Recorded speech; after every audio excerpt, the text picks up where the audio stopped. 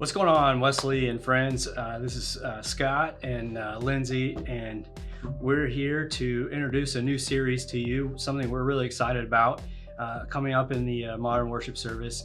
We are excited to talk about the vine, this new series that speaks to John 15, where Jesus says, I am the vine and you are the branches, and how if we remain in Jesus, we will bear much fruit. And we have a lot of new emphases going on over the fall, things that we're excited about, and some things that this series will address. And I'll kind of throw it to Lindsey and let her talk to you more about what those things are.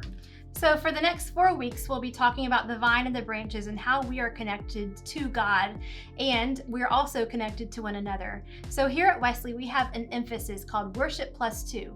We hope that y'all will be engaged in worship, but we hope in this new season of everyone's lives, we can start being engaged in 2 other things, a place to serve and a place to grow as well.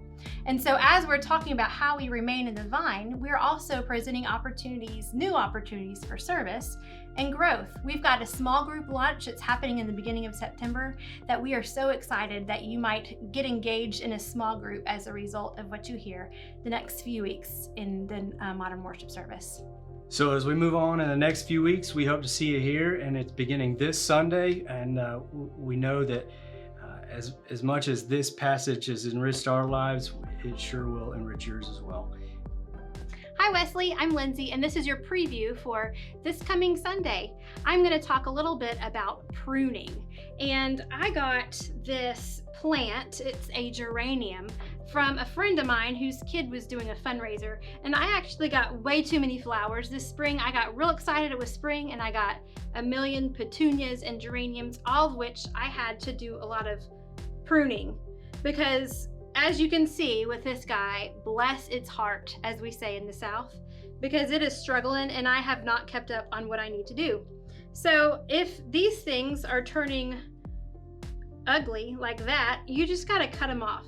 And I know a lot of you are much better at keeping plants than I am, and a lot of you, I'm okay if you just send me a little message and tell me I'm doing it wrong.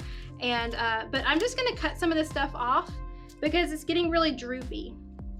A little bit of me is pretty sad because this is pretty. It's kind of turning ugly, but it's still, once I start pruning a lot of this stuff, it's not gonna be as big as it once was. It's not gonna have as much color as it once had. But when I trim some of this, that really needed to be trimmed. When I trim some of it, it makes room in the plant for more new, exciting stuff to happen. Like this right here. This is exciting. It's hope-filled because we can see that new life is coming out of it.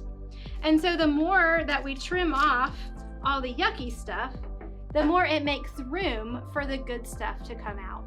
That's exactly what it talks about in John 15, when it talks about how the gardener, God, trims off every part that doesn't bear fruit, every part that is just extra and cluttery and holding us back from who we truly need to be.